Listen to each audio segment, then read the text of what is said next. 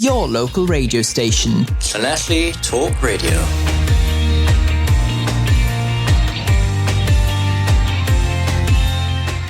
Welcome along to the Llanelli Talk Radio podcast. The Senedd elections are approaching. May the 6th, 16-year-olds, the first time they can vote as well. Will that make a big difference? Who are the politicians? How are they selected? How do they get paid? And what are their duties? These are questions we're asking on the podcast.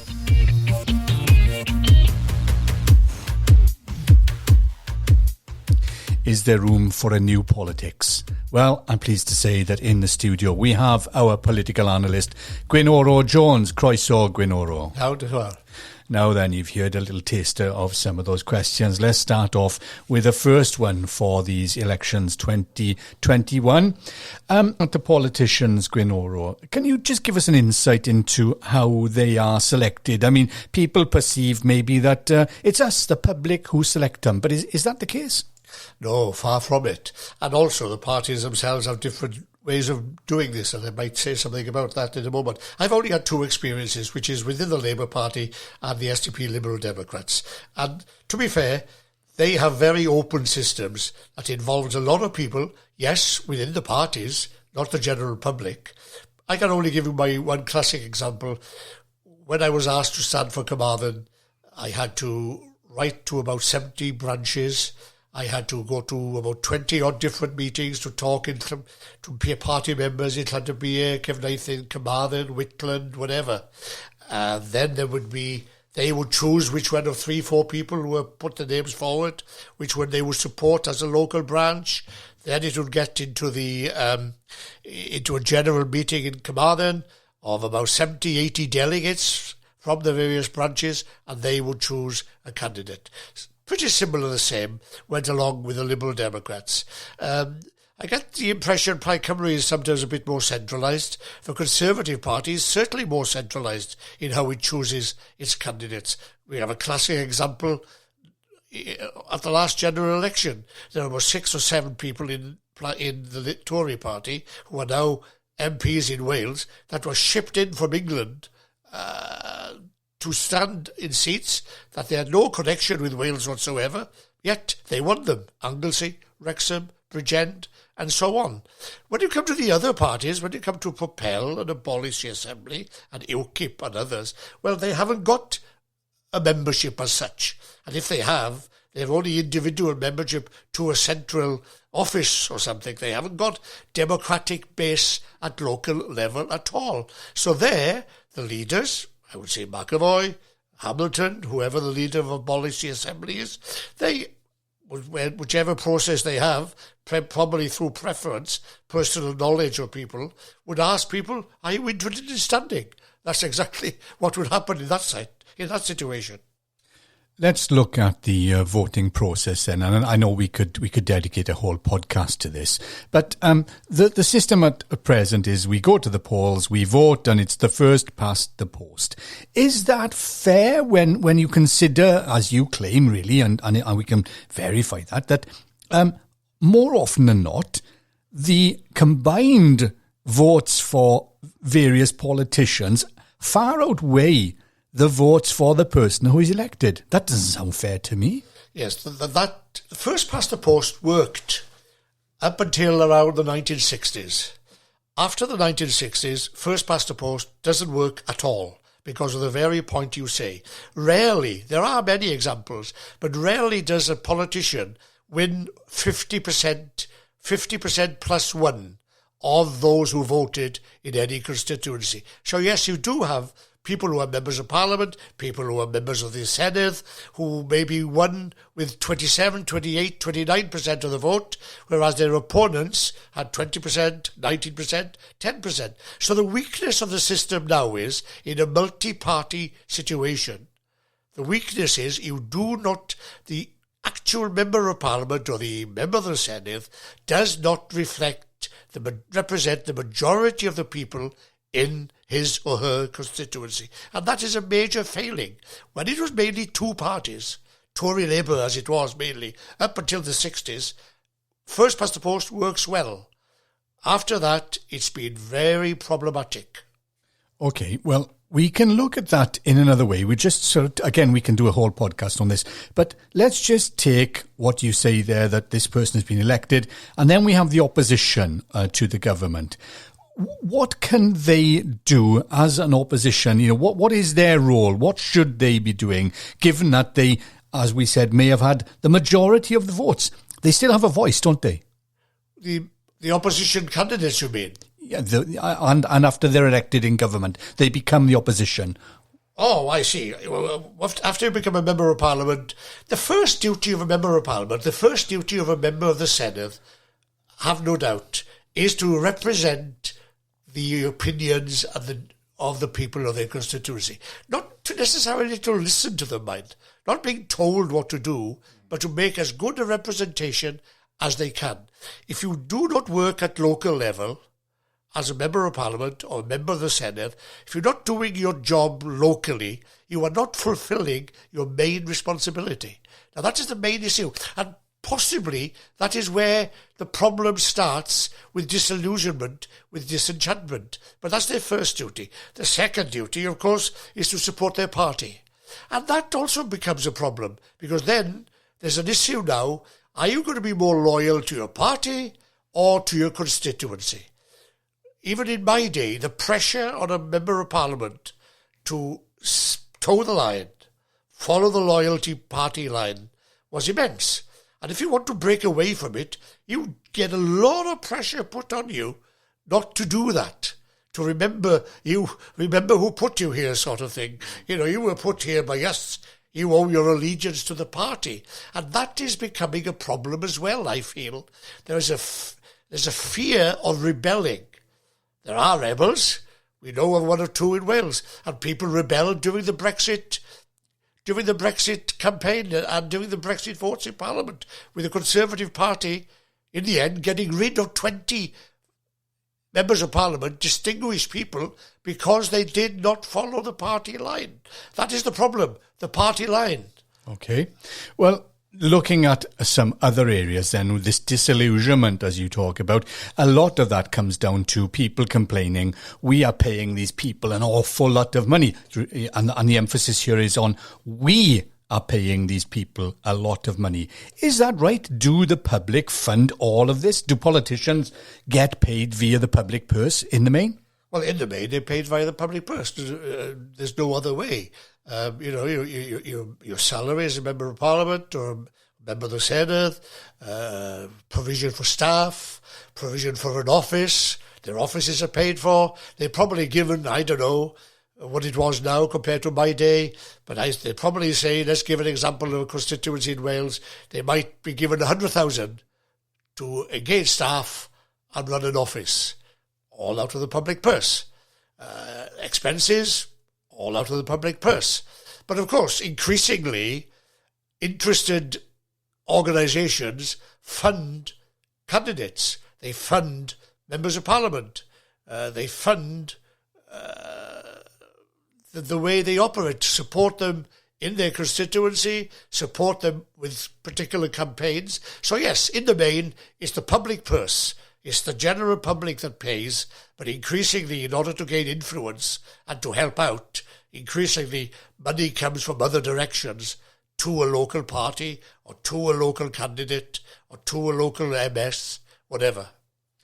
Well, looking at that then, we're talking about vast sums of money really as well. Do we get value for money? What are their duties?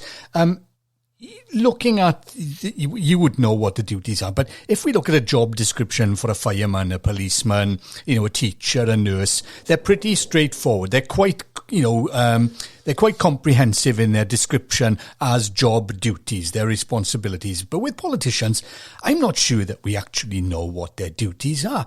Can you give us the main sort of 2 or 3 duties as you see it that you'd be contractually obliged to carry out as a politician? Well, I have no doubt. The first one is to be the voice for your constituency. What I mean by that, you hold surgeries. I used to hold about, 10 surgeries a month in various parts of Carmarthen, where people came to the surgery to present their problems. We've got to remember, people are not into politics as such. They're certainly not into party politics. The average person has a lot of personal concerns, personal problems, personal worries. And the duty of any political representative is to make sure that they do the best they can in that situation. Now, how you judge whether a candidate or a member of parliament does that job well is up to other people. But if they fail in their local duty, doesn't matter if they get the headlines in the local papers or the Western Mail or in the Senate and making speeches, how good are they at representing the local person? That is crucial. The second one is they've got to develop an expertise in something. You can't be a jack of all trades, although I do fear these days, looking at many of them, they are jack of all trades people. You've got to specialise. You've got to decide, okay, I'm going to try and make an impact. For me, it was Wales, the Welsh economy, it was Europe, it was the voting system, and it was the constitutional affairs of Wales. I didn't go into foreign affairs. I didn't look into wider home affairs issues or issues of that kind. You've got to become a specialist, because in the politics of the modern world, if you don't specialise, you get ignored. Well, we'll take a break now, and then in the second half of the programme, we will be looking at a new politics, really. Can things be done differently in politics? What do you think? Email us, editor@llanellionline.news. We'll be back in a few moments.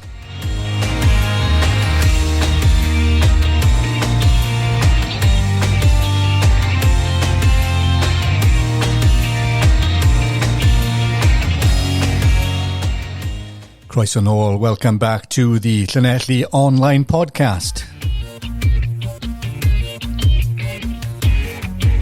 Still with me in the studio is Gwynoro Jones, our political analyst.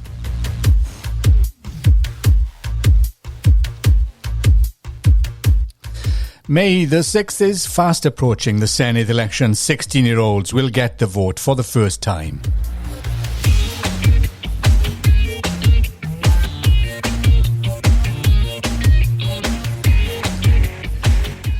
These people will be new to politics, so do we need a new form of politics in Wales?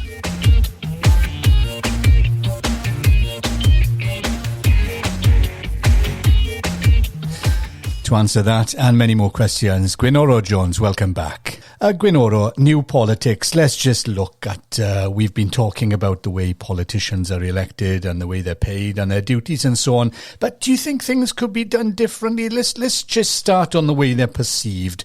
A lot of people perceive them as a drain on society, overpaid, voice boxes for political allegiances, not truly representing the views of the people. Those are the negative things. Obviously, the positive things are they can make major impacts, influence the way we live, the economy, education, hospitals, you name it. They have a lot of power. Question one for you really is, if they get it wrong, for instance, and if they misbehave, should we have a contract with them that says that we can actually get rid of them for that misconduct quite quickly? Well, that's a very difficult one. Yes, the answer to that is yes, but it's not working like that, is it? Mind you, it did in years of old. There was far more principle, and if people did on their ways, they would resign.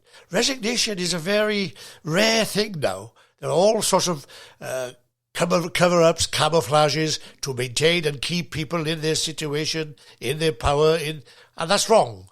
If you cross the line, if you cross the divide, if you make a major mistake, it's your duty to resign. You don't need rules for it. You should have common decency. And there's a lot of that missing in the politics now compared to the old days. But yes, there is a code of conduct, by the way, and there is, even for ministers, a ministerial code. And one of them is you should not lie.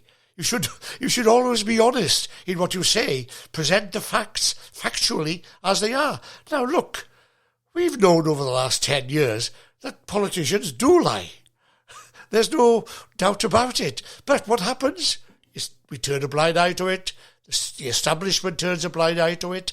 Now that is causing a lot of disillusionment, a lot of disgruntlement, and people are wondering, well, what's the point? Why am I bothering with this game at all? That is the danger of how we are heading at the moment.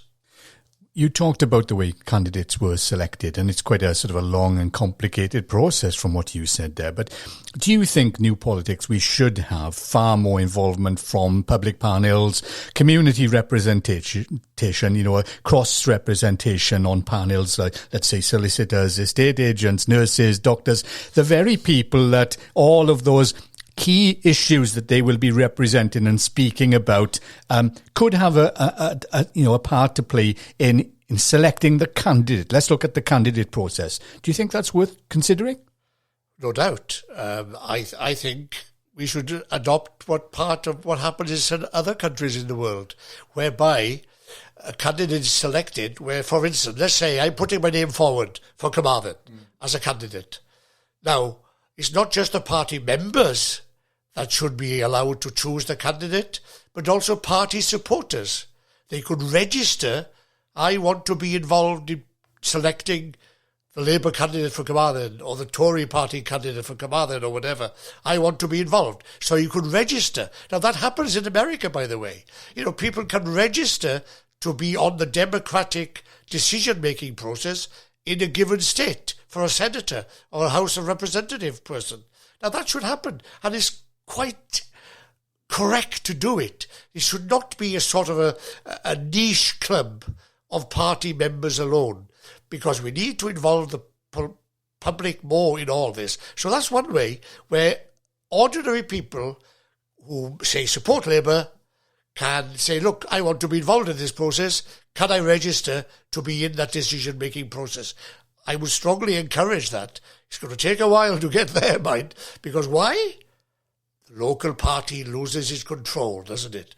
There is the local mafioso, we might use those terms. They would lose control if instead of 30 people choose a candidate, 1,000 people choose the candidate. Now that is things are going a bit too far for them. But that needs to happen. But also, you see, there are other things that need to happen. We need to have, the most obvious thing of all is political reform of the voting system, where we say, come the Senate election now in May, in Llanelli, you just don't vote Plaid or Labour, just one vote. You vote 1, 2, 3, 4. You select in order of preference. So therefore, in the end, by elimination, the number one will get over 50% of the vote. Now, so voting reform is required, not just for the Senate, but also for local government, by the way. People forget that. We concentrate a lot on the Senate and Westminster. The biggest area of all that needs voting reform is local government. Let's look at what we touched on earlier as well, and this kind of contract of being able to get rid of people. Do you think that we should have, I know, do the MPs swear some form of oath to the Queen and maybe in the Senate as well? Should we have the same oath, the same pledge to the public and a contract with the people which determines whether or not we can get rid of these people if we so desire? Gosh, you're asking questions that the answer is yes, of course. But what were members of Parliament called? The Honourable Member. What was a Cabinet Minister called, or what is the Right Honourable Member? The word was honourable. Okay? The big question these days is, does honour still apply in politics? I remember a day when it did. There was a guy once who had to resign because he gave his train ticket to his wife to use, free pass, and he resigned. Think of all the things that go on these days, and people just don't resign they don't even consider resigning. They try to find a way out of it. Yes, of course, there needs to be a system where there is an oath of allegiance or loyalty and honour. That's the issue. For me, is honour. For a politician to lie and knowingly lie, that's the worst thing of all. We all can make mistakes. We all can pick up the wrong facts. We all can say things sometimes that we shouldn't have said. But when you knowingly mislead, when you knowingly lie, and there's plenty of examples of it, now that is when politics has a very bad name. You've been working with us, on the news for quite some time now, and I guess you're getting a picture really of what the main issues which affect Wales and certainly Carmarthenshire are. It's housing, it's education, it's employment, it's health, homelessness, drugs, and so on. These are the standout issues within every community almost across Wales. Do you think that politicians give the right amount of weight to these issues, or do you think they can go off on these tangents and talk about cycling and artificial intelligence and relief roads and all sorts of things that most people would be saying, hang on a minute, my bins aren't being collected, my road is full of potholes, I haven't got a park for my children to play in, I haven't got a job, there's no employment in the area, I can't get any training. These are a lot of the issues. Do you think that there should be an opportunity for the public to table their issues on a weekly, monthly, annual basis and say, look, you can talk about what you like, you can say what you like, you can do what you like, but please address these issues. This is what we see. These are the issues we see as the most important that are affecting us in your community as our elected representative. Yeah, well, many of those issues you mentioned there now, Alan, are really for local councillors. And that is why I said earlier, there's as much need to reform how people are elected and voted upon in local elections as it is for the Senedd, right? And many of those things are not for the member of the Senedd. They're for local councillors to get involved with. My experience was that you were dragged into talking about those things because of the inadequacies of the local scene. That was a complicated one as well. Yes, of course, people don't pay attention, and the question should be, why should they in the first place, to big issues? They have concerns about bread on the table. They're concerned about the wage. They're concerned about a job. They're concerned about the health of their children. They're concerned about the education of their children. Those are the bread and butter issues. But let's not pretend or think that politicians don't talk and work in that area. They do, to be fair to them. They do that. What is being lost is that when it comes to the main media, it's as much the media's fault as anybody. They don't want to know about these local issues. That is what is so good about what you're doing. You are concentrating on local issues. But the main media in Wales want to go for the high ground, do they? The big issues, education, roads, housing, as opposed to ordinary issues. It's a very difficult one to resolve, choosing between one or the other. Don't think that because they don't get publicity about them, that the MS is not working at local level. They do. But they don't just get publicity much for that, because that's not what the media want to know. Let's look at that then, because you talked about local democracy and so on. A lot of the parties now are calling for that. They want to decentralise power. They want to give more power to the local decision-making process within local authorities. But again, that, as you say, sometimes that's inadequate. Sometimes, as we've seen historically, that can be corrupt. And we do follow the same process there, don't we? It's the same selection for candidature. The party puts forward somebody based on interviews and so on. They're not necessarily the people that we want to represent us as councillors. They more often than not, they've just resigned from a well-paid job and go into it because it's a sort of 20 grand plus, wage for attending a meeting once a week. And really, they don't hold surgeries. They don't do anything else. So you would be calling for far more reform there, and maybe applying the same new politics to that then, would you? Yes, but you know what I mean. Look, as with many other things in life, I'm probably way, way, way ahead of my time to see these things. I doubt if I'll be around on this earth when all these things happen. Yes, it tends to be, doesn't it, that when you come to local council level, a lot of people don't want to stand, by the way. It's a problem trying to get candidates often. There are many, many seats at local level that have uncontested elections because people just don't want to stand. Now, but the main issue for me is it's not just about party loyalty. You know what I mean? That's the one that gets me most. If you are loyal at local level, if you're a party member at local level, in whatever party it is, you stand a chance of become the council candidate or whatever.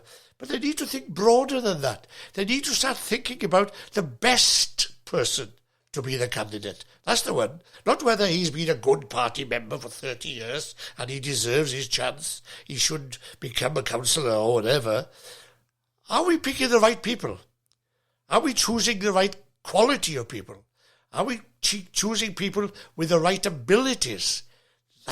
These are the issues that are missing from my perspective.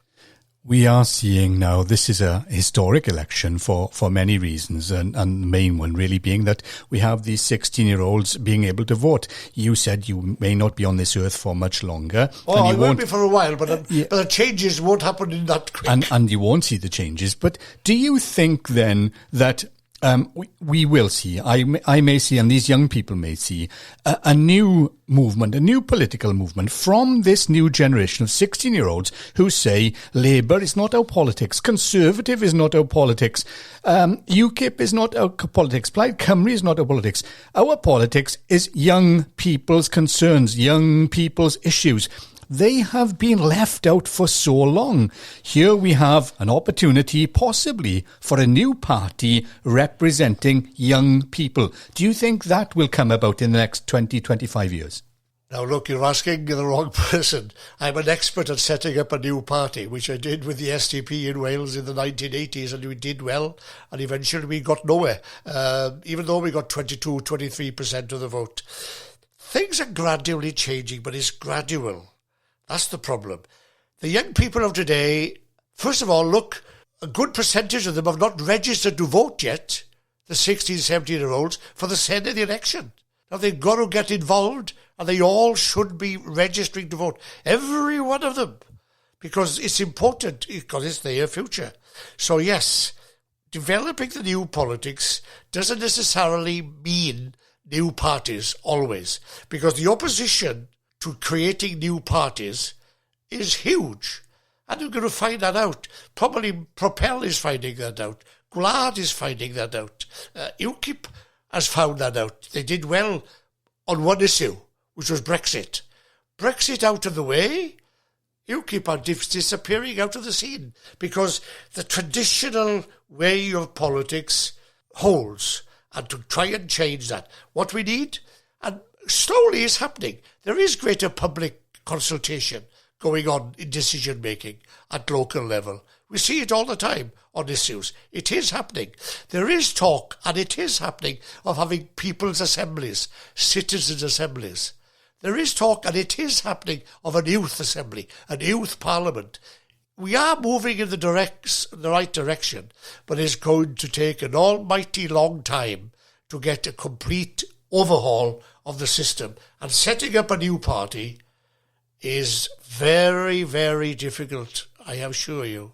Well, Gwynoro, it's been a pleasure, as usual, speaking to you and sort of delving into your experience. Long and varied it is as a politician and as a political analyst and journalist here with us at Llanelli Online.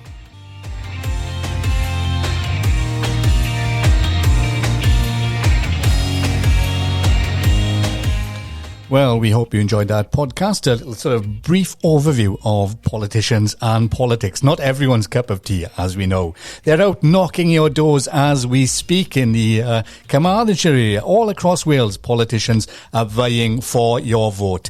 Please do get in touch with us and give us your views. We'd love to hear from you at editor@llanellionline.news.